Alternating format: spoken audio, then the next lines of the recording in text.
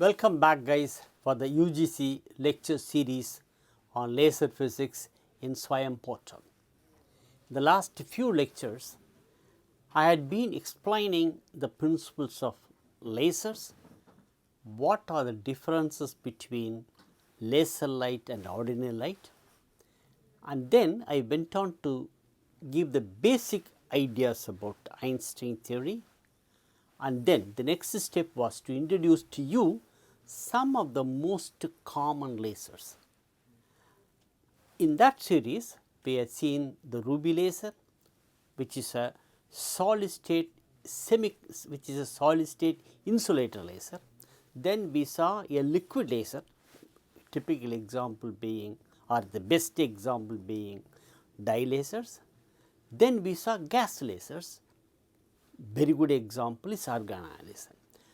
Subsequently, we saw about nitrogen laser, a molecular laser, and also exciplex laser. All this we have seen. That means, for each variety, there are hundreds and thousands of lasers nowadays available. Out of them, for each one, a representative I have been putting across to your mind. Now, today we are going to see something very, very important with which you are already familiar. One is a semiconductor laser. Many of you have seen the semiconductor laser already in the beginning of this lecture series. We showed you some experiments with semiconductor blue laser, green laser, then red laser also. We showed some typical simple examples. Not only that, whenever you go to any supermarket these days, you will see at the counter they show something, a red light, which is a red diode laser.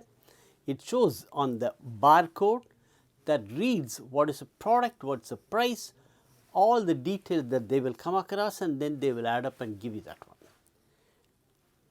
That is the very typical simple semiconductor laser. Now, the semiconductor laser is a kind of a jump, a quantum jump, a leap from light emitting diode. First of all, let us understand a light emitting diode. A semiconductor is a conductor, not like a metal, like a copper or aluminum, not a very bad conductor like glass. It is somewhere in between. That is a semiconductor. There are again so many types of semiconductors. Out of them, only few are useful laser process. There are two types of semiconductors. N type of semiconductors, that is, take for example a silicon or germanium, doped with N type material or a P type material. If you dope with N type material, that particular type of material, doped semiconductor material, will be rich with electrons. P type semiconductor material will be in need of electron. They will be waiting for electrons. In what we are going to do is, we are going to bring these together, close contact, electrically close contact, not a mechanical contact, electrically close contact. Then we make PN junction diode. Then apply a voltage of the order of 5 volts or 6 volt, that is all. You can easily get from the battery that kind of voltage and current also. For example, this AAA, whichever you use for your remote control for your TV, each one will give you 1.5 volt, and the maximum current it can give is about half ampere.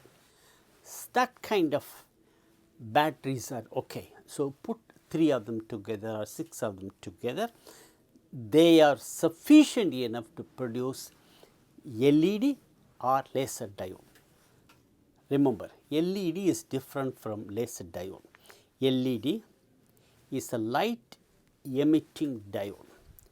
Laser diode is a laser emitting diode. A laser emitting diode nowadays costs about 200 or 300 rupees. LED costs about 2 rupees now. Where do you find it? if you go to any beach, say for example in Tamil Nadu you have Marina Beach, if you go to Marina Beach you will see so many beautiful color lights, a little small tiny like a firefly which you will see in the jungle, you will see they emit greenish light. I like those fireflies. They emit small light. In a similar fashion, you will have fireflies made of LED. I am not talking about fireflies, LED, they look like firefly. They can give you light in blue or in green or in yellow or in any color you want. These days it has become so common and the price is so cheap, maybe 2 rupees, 3 rupees, 5 rupees, not more. They are light emitting diode. They work on the principle of bringing a p-type material and a n-type material electrically in close contact, then apply a voltage, that is all. Then what happens is, in n-type material the electrons are rich, they are ready to go anywhere. In p-type material they are looking for electrons. As I can show you in this diagram, when I bring a n-type material and p-type material, look at the diagram, you see they are electrically brought together, then apply a forward bias voltage. When I see forward bias voltage, which means the negative of the battery will be connected to n-type, positive of the battery will be connected to the whole type, p-type. Then electrons will be pushed from one end. Since the electrons are pushed from one end, there will be more electrons in the conduction band. They will just jump, overcome the barrier in between the p-n junction, then they will jump into the holes. When they jump into the holes, the electron which is in the conduction band jumping, or I would say falling into the valence band, will produce a light that is called radiative emission.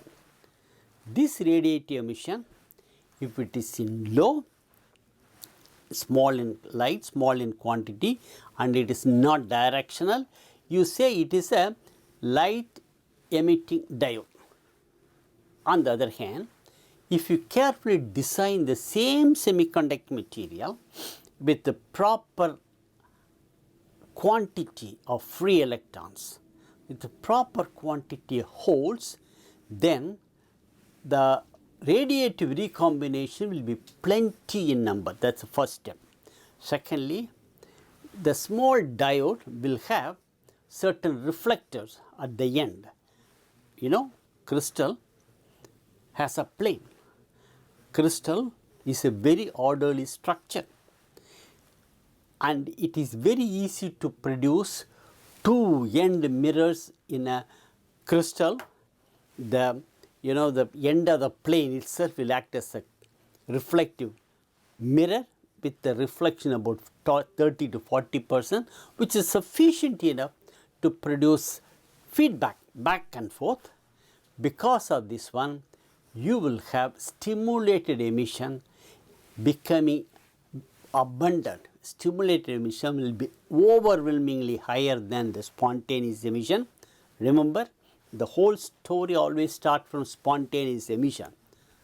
After some time, because of the specific directional wavelength selective reflectivity of the two mirrors, you will have stimulated emission overwhelmingly higher than the spontaneous emission.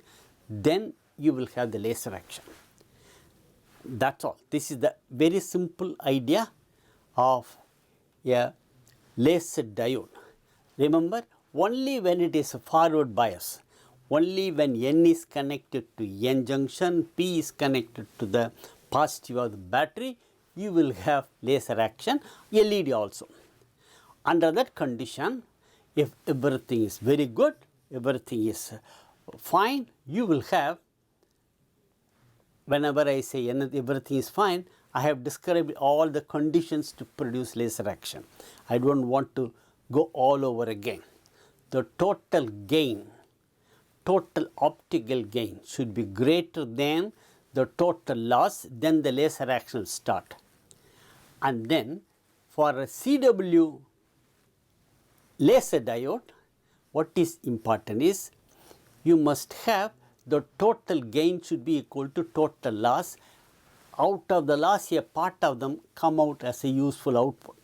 Under that specific condition, you will have a continuous laser emission of a particular wavelength. Usually what you easily see will be red diode laser, which we have already shown. You can change the material, you will have green laser. Change the material, you can have a blue laser. Change the material, you can have ultraviolet laser. These days lasers are available in 405, 355. Out of that, the very recent design is the latest achievement. I don't remember the kind of material. In that material, recently scientists were able to produce a laser in UVC, which is about 235 nanometer. That kind of laser is very, very important because they can specifically kill corona microbe. You know, few years ago we had a COVID pandemic which swept the world from starting from China. It went up to Argentina, top to bottom, everywhere. The whole world was under the storm of microbes. That microbe could be easily killed by this kind of particular laser diodes or LEDs. That's a very recent innovation. The design is something like this. You can easily see the design I have given. You have a PN junction diode. The laser has to come out through a small junction of the order of 1 or 2, 1 millimeter or even less. So the light will come out as an ellipse, which also I have already shown. You can look at the diagram that it is shown here. Not only that, since it is going to come out through a solid state material, it's a semiconductor, is a solid state material. So whatever light that comes out will be polarized. That you cannot escape. So what comes out is an ellipse, polarized. The color may be blue, or I'm just showing some of them. Already you have seen them. We can provide some extra material to change the wavelength. Instead of one junction, you can have a heterojunction, which means you can have more than one junction. You will have layer after layer. Such heterojunction laser diodes are capable of producing different wavelengths. Some of the most successful semiconductor laser materials are zinc sulfide. This is 0.33 micron, or this is about 330 nanometer. And then zinc oxide 0.37 micron. Like that, I have just listed out the most important one. What is notable at this point is just by changing the diodes combination, you can get a laser from far ultraviolet, vacuum ultraviolet to far infrared. You can span the whole range of wavelength, whole range of visible wavelength, and that is the beauty of this one. The output characteristics I must describe now, which is very important for you to understand. This is the typical characteristic of a diode laser. What we mean by this is, if the input current is, imagine you are trying to get the light output, laser light output, and you adjust the input current. Input current is proportional to the number of electrons injected in. You push more and more electron. It is something like your mother feeds food in the mouth of the child. The battery pushes the electron into the N side a little by little, then it increases. That's what is happening. Then what happens, as more and more current goes in, initially the light will be incoherent light output. After some time, when the input is very high, you will see that particular time when all the losses are overcome and laser starts operating, you will have laser coming out straight. As increase more and more current, you will have laser intensity becoming more and more. So you start from, it is something like a takeoff of a flight. You must have seen the takeoff of a flight. It just runs on the tar road for few kilometers. As it runs in more and more speed, and then it just goes up. When the speed picks up more than certain level, it just start flying. And then slowly they will go up. When they go up to the sky of 20 kilometer, 30 kilometer, it will go a steady speed from here to, let's say, going to the USA. It will go at a steady state, and that is what we call the steady state laser operation. All these are described. What is important is, in the second figure you will see the current needs a minimum, see, up to the threshold of 10 ampere per square centimeter, etc. You will not get laser. So you need certain threshold. Only when the threshold is higher than, only when the input is higher than the threshold, laser operation will take place. This is very, very similar to running off in the tarmac and then taking off, something very similar to the flight of an airplane. The efficiency of this kind of diode laser is very high. This is 20 to 30%. Why we say about 30% is, if you calculate the total energy from the battery and the total energy, optical energy that comes out as a laser, the conversion is about 30%, typically 20 to 30%.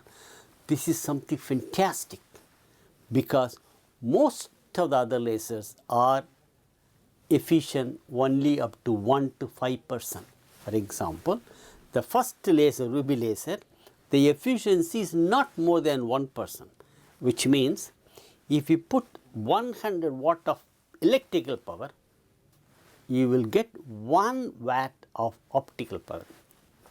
In this case, in diode laser, if I put 10 watt of electrical power, I would be able to get about 3 watt of optical power, which is really very good. Second point is, this is another representation of a very good laser action. At a low level of current, 1 ampere per millimeter square, look at this one, the spectral width of the light that comes out, at that point it will be a light emitting diode with a very broad bandwidth. Then as you increase the current more and more, from 1 ampere you go to 20 ampere, then again there is a narrowing only when it is the current density. That is what you mean by ampere per millimeter square. When the current density is about 100 ampere per millimeter square, you will see the light becomes spectrally narrow. Spectrally narrow means it is very, very coherent. That is where you will have laser emission. This is something already I have, the spatial characteristics already I have described. This kind of semiconductor layer, what are the uses of this kind of semiconductor laser? You will not believe. These are the most important lasers now, at least. Earlier, about 20 years ago, people were experimenting, people were trying semiconductor lasers for optical communication. Now it has been succeeded. The so-called 4G, 5G, all these are dependent on this kind of tiny semiconductor laser being fed into the optical fiber. This you would have seen in your own house. Wherever you have a Wi-Fi, you will have a modem. In that modem, when somebody comes next time, at least take a look at it. Ask the technician to show where is the laser, where is optical fiber. He would, he will show you that in your own house or in your tower or some from the tower, there will be a wire coming in. In that wire, there will be a small optical fiber in which he will be connecting with the certain devices. The laser is the carrier for all your 5G communication. What I am trying to say, if your uncle, your son or daughter is in USA and whenever she wants to talk to you over your mobile, all the voices, all the faces, all the facial features, photography, video, audio, everything is coming from USA, finally entering through the optical fiber to your house, which carries a message. The postman is a semiconductor laser. Just imagine, this has done dramatic changes in the whole world. Because of 5G communication, the repetition rate, the pulse rate is very high. It can have, I don't remember, it can have enormous number of repetition rate. That means it can carry enormous amount of message with excellent resolution. All these were possible because of two great modern revolutions. First one, optical communication using lasers. Second one, optical fibers. With this, I would conclude the importance of semiconductor laser. The interesting point is, for optical communication, there is no other lasers useful. We tried with the CO2 laser. In fact, for open air communication, that is communication between a satellite to satellite, CO2 laser would be possible, would be quite useful. On the other hand, for daily, regular communication within the tower, within the city, between two countries, always, almost as a rule, fiber optics and semiconductor laser. You need a very small device. That small device capable of producing laser is only the semiconductor laser, which means optical communication and semiconductor lasers are made for each other. Let me repeat. You cannot do optical communication with any other laser. The semiconductor laser has no other big application than the optical communication. They are the best matched and they have succeeded extremely well. People have used semiconductor laser for certain medical applications, some spectroscopic application. They pale into insignificance compared to the enormous range of application that it can do in optical communication. With that, we will close down the discussion on semiconductor laser. I want to take one more laser before I close down everything, which is the neodymium laser. As a final representation of variety of lasers, I want to bring to you one of the most loved, most respected laser is neodymium laser. Throughout the world, this is the most respected industrial laser and also meant for enormous number of research purposes. For example, if you want to reach any satellite, if you want to reach any distant galaxy or anything, something like that, you need to resort only to neodymium laser. I don't mean to say that people have used neodymium laser to reach a galaxy, if at all. What is being done one is, the neodymium laser is the one which has led to thermonuclear fusion process. Such a powerful laser. We will see all those applications later, but right now let me quickly bring back to your attention how it works. This is something similar to ruby laser. All that you have today is the insulator. you just remove chromium ion, then it becomes ruby, put neodymium triple plus ion. Then instead of glass or instead of aluminum oxide there, here you have different type of yttrium aluminum garnet. What I mean to say, in ruby laser, aluminum ion, aluminum triple plus ion is the lasing material. The host is aluminum Al2O3. Al2O3 is the host material. The lasing material is a chromium triple plus ion. That was ruby. Something very similar is, in this case, yttrium aluminum garnet is something like a glass, but it's a special type of glass. That is a host. The lasing material is in neodymium triple plus ion. Why I give so much emphasis is they are very similar in so many things except two. Neodymium mag laser is a 4-level laser. Ruby laser is a 3-level laser. We will see the difference between 3-level laser, 4-level laser with certain equations later. What is important at this point of discussion is there are 4 levels: ground state level, pump level is a 4F, 5-2 level is a pump level. When I use intense light, flash lamp light, that is, you can see it is something very similar to ruby laser. Only difference is in the ruby laser you have the flash lamp, a helical flash lamp. In this case, you take a cylindrical tube with the elliptical cross section. You know, ellipse you have two focus. In one of the focus, one of the foci, you put your neodymium mag rod. In another foci, you put a flash lamp. Then connect the flash lamp to capacitor bank. Capacitor bank is connected to high voltage. Flash lamp gets intense burst of light. Flash lamp produces intense burst of light.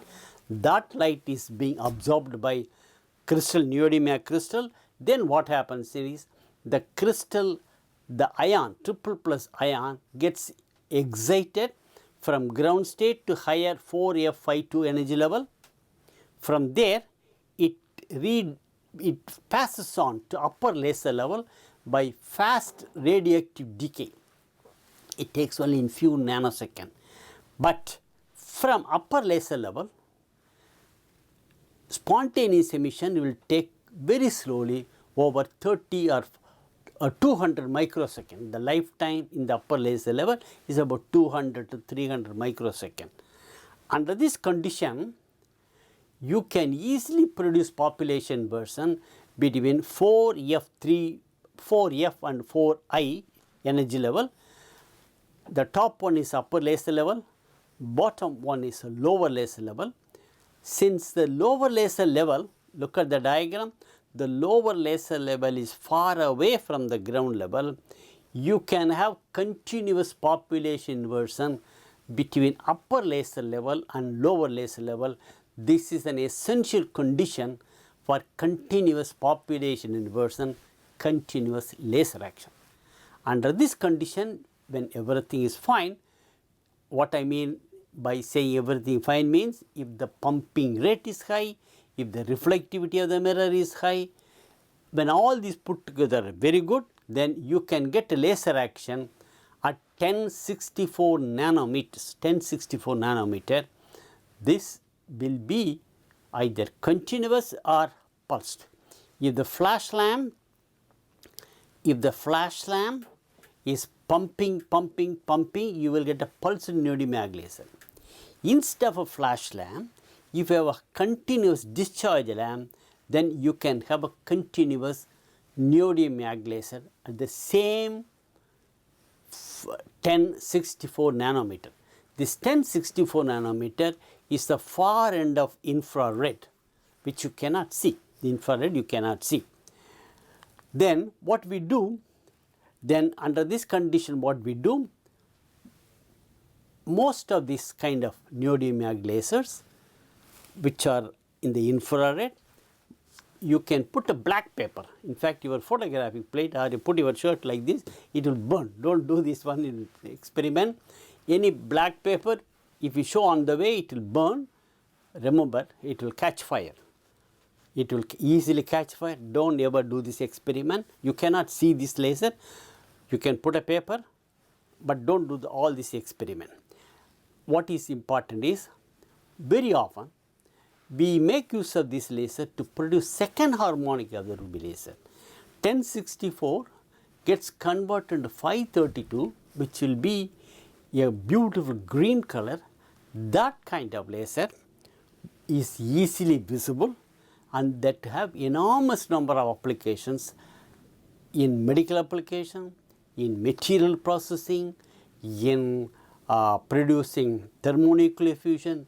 Hundreds of applications are there with this neodymium YAG laser. Here there is something important I want to say. Instead of YAG, yttrium, aluminum, garnet, if you take ordinary glass, when I say ordinary, it is not very ordinary glass, it should be pure, good quality glass, you will end up with a neodymium glass laser. This neodymium glass laser is capable of standing enormous amount of heat, and this is the laser used to produce Shiva's dance. Shiva's dance means in a laser, enormous amount of power is contained and it is delivered, a number of lasers coming together, hitting on a small tiny dot of fusion material like a two hydrogen atom. It is something like many people kicking them together. They will be compressed to come together, form nuclear fusion. When there is a nuclear fusion, it will release enormous amount of energy. In the recent time, people have achieved nuclear fusion using this kind of laser. This is a big, very expensive, very big story still waiting for us, where nuclear fusion energy will be available for everybody in due course, something similar to what we get as a nuclear fission energy available from Kalpakkam these days. This is the beautiful experiment which I always like it. This is the second harmonic of ruby laser, second harmonic of neodymium YAG laser. You see the green sharp knife. This kind of sharp knife is capable of cutting this table. I don't know, you can see the table. It can cut the table just like that in 1 minute. It can cut into two. Not only that, instead of a table, if we have an iron plate or aluminum plate, copper plate, it can make a very complicated design for all kind of material processing, welding on a tiny spot, capacitance, trimming. I mean, imagine that you have prepared in one of those semiconductor device. If you want to decrease the resistance, all that you have to do is just use this one, just shine it, remove a little part of this one, then the resistance immediately comes down. For this kind of microelectronics work, this is the best laser, and it is very rugged. It can have a lot of medical applications. For example, 1064 or this 532, both can be launched into the fiber, and the fiber can be inserted in the mouth, and it can go and reach the esophagus or intestine, wherever you want. If there is something wrong or if there is a tumor, you can make use of this one to do internal surgery. Above all, why I love this laser, I have lived with this kind of laser. Why I like very much is, it is very rugged. If I leave it and come back after 10 years and then go and touch it, like my dog, it will start enjoying working with me. So I love this laser. With this, I have given a wholesome summary of the most common lasers. Thank you very much.